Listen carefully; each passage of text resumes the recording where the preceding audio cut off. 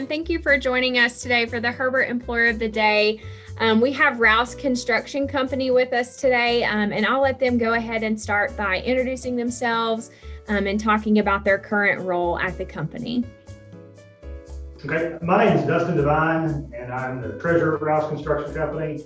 I guess overall role and responsibilities would be primarily accounting, but also human resources, insurance, surety program, employee benefits, and hiring process. My name's Alan Calhoun, and I'm vice president of Rouse Construction. Also play a role as a project manager and an estimator and whatever else needs to be done around here. That's kind of what we all do. That sounds great.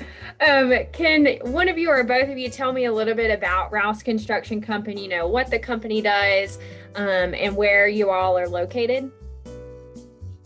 Well, sure, I'll take that first. Dustin can toss in here. We're located in Farragut, is our main and only office.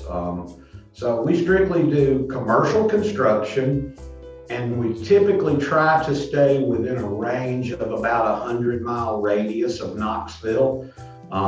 We like for our employees to be able to come home every evening and, you know, spend weekends at home with their family and everything. We've been able to make a real nice living doing that. We don't have to travel a whole lot and go on the road. Like I say, we're commercial construction. We build schools, we build jails, we build shopping centers, churches, sporting facilities, any type of commercial construction from, you know, 500,000 to 30 million. Yeah, pretty much our target range. I guess a little bit about the company. I guess we've been here since 1977. Kind of a family-owned business. The founder of the company, Tony Perfetto, he worked here until 2 years ago and he retired, and his son is now our president, and they run the company for us. Just, you know, kind of a family-owned mom and pop shop here. That sounds great. Can you talk a little bit about the company culture and why you like working there? Really, I think we're kind of a professional, but kind of also laid back. It's not a very corporate environment. Right outside the door, our estimator's got her dog that she brings in every day, kind of as our company mascot. It's, like I said, you know, professional atmosphere, but also we're kind of a little more laid back. I think that kind of goes with the family business approach.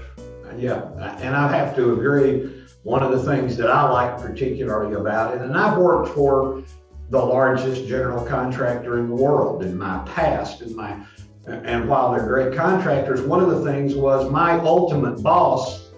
I don't know that I ever met the guy, you know, and here, if you want to talk to the president of the company, you walk to the office next door. If you've got an issue or if you need help, you're in constant contact with everybody that's in the company. Everybody is a key employee because we just don't have that many of us. So it's just nice to have that kind of connectivity between the personnel in the company. To me, everybody knows who you are and what to expect out of you, and you know who they are and what to expect out of them. That sounds like a great work environment. Being connected to, you know, everyone within the organization. Definitely got a great company culture going there. So kind of shifting gears a little bit, the next question, what do you expect from students at a recruiting event? And even if you wanted to hit on what you expect at a virtual recruiting event and maybe how that differs from in person? I guess, you know, obviously be prepared to talk about the position they want, their prior work experience, and what, you know, really for them to be able to sell themselves about what they think what benefits they would bring to the table. I guess a lot of prior field experience is something we're always kind of looking for. But just be able to, you know, discuss what they've done and the position they're looking for and have clear, concise answers, I guess. Yeah, I think one of the big things if somebody comes to the table to talk to a construction company, you know, there's two major roles in a construction company, and one of them's in the office and the other one is in the field. In the office or in the field, you can make your way to the top either direction, but What is your preference? Do you like working in the field? Do you want to be outside? Do you want to work hard and begin, laboring and carpenter work and come up through the field that way? Or would you rather be in an office and learn the estimating and the project management? You need to be able to know what your direction wants to be, what path you want to take when you come to talk to us about it, because that might drive us toward different types of questions that we would have regarding your experience prior and or what your desires are. So you need to know what you want so that we can ask you the appropriate questions and answer what you ask us. That's great. So it just sounds like, students need to be prepared, reflect on what they want, and be able to communicate that in a concise way when they're meeting with you all at recruiting events. So what kind of job and internship opportunities do you currently have open? And if you don't have any open right now, what do you anticipate having in the near future? Because right now we really aren't actively seeking anything, but we do have a junior intern that kind of helps out with project management and estimating right now. Really still, junior superintendents, project engineers, that will probably be our biggest need in the future. Yeah, well, what we see, and I think you see it construction industry wide, is that a lot of the superintendents with a lot of experience are beginning to age out. And I think to some degree you're seeing less interest in actually working out in the field, particularly with the difficult projects, the masonry contractor or the concrete, the guys that are out there in the heat of the day or the cold of the winter that are working hard. So what I foresee construction industry wide, and particularly with us, is that we're going to be looking for some younger, motivated field personnel that want to come up through the ranks and work their way up to a superintendent and general superintendent over large projects. I think would be a need starting out soon for us. Awesome. And once you have positions available, how would our students go about applying for jobs and internships at your company? And if there's not like a structured application process, how would our students go about getting those opportunities with you all? Yeah, we keep, they can apply on our website at rouseconstruction.com. Send us social media, our Facebook page allows for that too. But personally, come knock on the door and fill out an application carries probably the most weight, in my opinion, if you want to go that route, the old school way, I guess. Well, I have to agree. There's nothing like that personal connection. We've all been in a lot of Zoom meetings. We've all been in a lot of social media. And I know that's the way the world is going. But if you're serious, you're dedicated, you like Rouse Construction or you like any company and you want to be noticed, come knock on the door, leave a resume, speak with somebody, get an application, talk with somebody. That will make an impression. But we did, like Dustin said, we've still got, rouseconstruction.com. We've got a Facebook page. Those are ways to begin the initial contact. But I still believe that personal contact and bumping fists or shaking hands, whatever you're going to do these days, is a way to make an impression trying to get in the door. Yeah, so connection, kind of relating back to your all's company culture too, that you all have there. So when candidates or when students are applying for these positions, what kinds of experiences make them a good fit? And that goes back again to my question, what do you want to do? Do you want to work in an office and become a project manager and an estimator? Or do you want to work in the field and eventually become a superintendent on a large project? So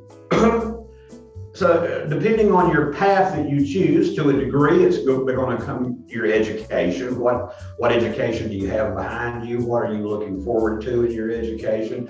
If it's in the field, it's your experience. Have you, mowed lawns since you were, 10 years old and started your own little business coming up and been outside working hard and making your own and become motivated in that kind of a task? The experience, like I said, is going to differentiate between the path you choose to take. But both of them are going to require somebody that's motivated to get ahead and work hard to meet their goals. Yeah, I don't think there's much I can add to that. Yeah, that's fine. Is there anything on a resume that would make a candidate stand out that you all are looking for? Sure, the experience, but it's kind of hard, you know, it's the whole circle. You gotta get a job to get experience, but you know, prior, like Alan said, you know, if you've done self-motivated tasks, started your own company or, you know, stuff like that, it really makes somebody stand out. Really, I guess if I had any advice for somebody turning in a resume, make it look professional as you possibly can. Double check your spelling, show some dedication to at least putting a piece of paper. Your first impression is going to be that. Do the best job you can on it, double check it, have somebody else look at it. As far as the content of it, that's going to be who you are, but the presentation of it is going to be the first impression. So make it look good and make things spelled right. Sounds great. And it seems like you all are open, you know, if the experience isn't directly related, as long as they've communicated that they're a motivated individual and they do have some experience that's related, being able to communicate that on that resume.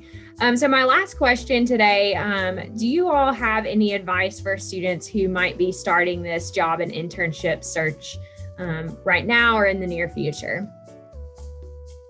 Go to the job fairs. You know, they have those all over town. There's the Zoom, you know, virtual job fairs that are there. Talk to different companies and see what their culture is that might fit better for you. We are not a large company. We do $25–30 million a year in sales, somewhere in that neighborhood.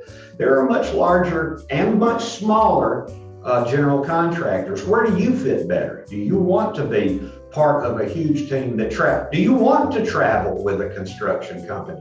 If your goal is to get out and see the world or the country building jobs, Rouse may not fit your role because we try to work within a 100-mile radius. If you want to stay home every night, so get out and talk to all of them and see which you feel fits you better, size of the company, culture of the company, and types of construction that they do.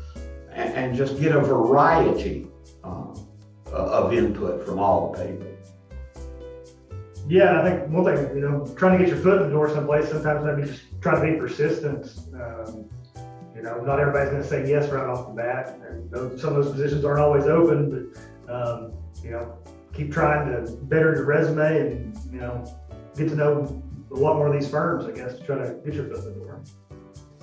That's great advice. Thank you so much for serving as our Herbert Employer of the Day. We've really enjoyed meeting with you all today, and I've definitely enjoyed hearing the advice that you all have. I love the going to job fairs, being persistent, all of that's super important for students in this search. So thank you so much for joining us today. Well, thank you for having us.